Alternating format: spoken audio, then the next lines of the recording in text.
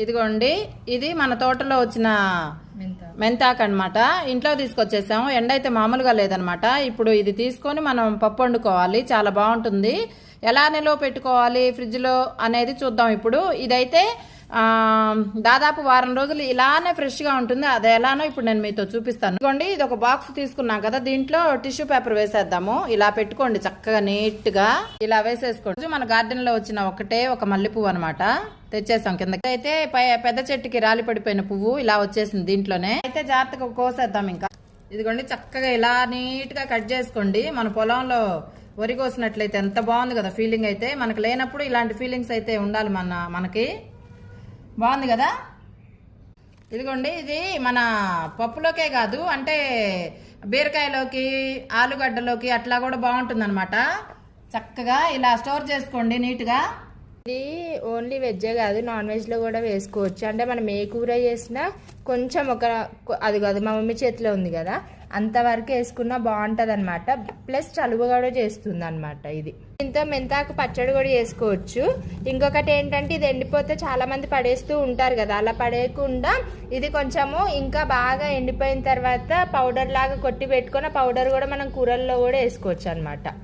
ఇలా స్టోర్ చేసుకున్న విధానం ఇది. అంటే ఈ రోజు తడపలేదు కాబట్టి పొడి పొడిగా ఎంత బాగుందో చూసారా. ఇలా మీరు ఈ బాక్స్ నిండా తెచ్చి పెట్టుకుంటే చక్కగా మన ఇంట్లో పండించుకున్నా మంచిది.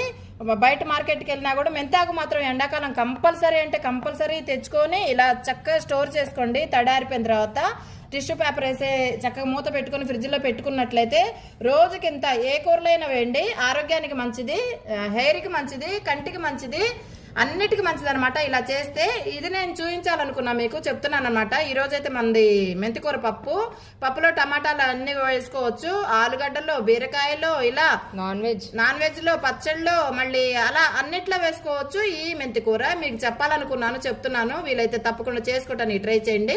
నేను మీ జయలక్ష్మి. అన్ని మీ జయలక్ష్మి ఛానల్లోకి వస్తే ప్రకృతే కాదండి, ఇలా గార్డెనే కాదు, వంటలే కాదు, టిప్స్ కాదు, అన్ని రకాలు. అంటే నాకు వీలైనంత, నా పరిధిలో ఉన్నంత వరకు అయితే నేను చూపిస్తుంటాను. నేను చేసేవి నేను చూపిస్తుంటాను అనమాట.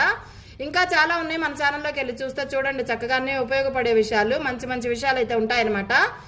సబ్స్క్రైబ్ చేసుకున్న వాళ్ళైతే సబ్స్క్రైబ్ చేసుకోండి అప్ప. థ్యాంక్ యూ అందరికీ. మళ్ళీ మంచి మంచి వీడియోలతో నేను మీ ముందుకు వస్తాను. మీ జయలక్ష్మి. ఎలా ఉన్నారు? అందరు బాగున్నారా? అందరు బాగుండాలి, అందులో మేము కూడా ఉండాలి. మీ జయలక్ష్మి మంచి విషయాలు చెప్తుంది కాబట్టి. మన గార్డెన్లో చాలా పెద్ద చెట్టుకి బ్లూమింగ్ అయితే చాలా వచ్చింది. చాలా వీడియోస్ అప్లోడ్ చేశాను, చూడండి అబ్బా. వంటలు అయితే బాగుంటాయి. అలాగే చాలా వీడియోస్ ఉంటాయి, వెళ్ళండి చూడండి. మీ జయలక్ష్మిని ఆదరించండి. థ్యాంక్ యూ మరొకసారి అందరికీ నమస్తే.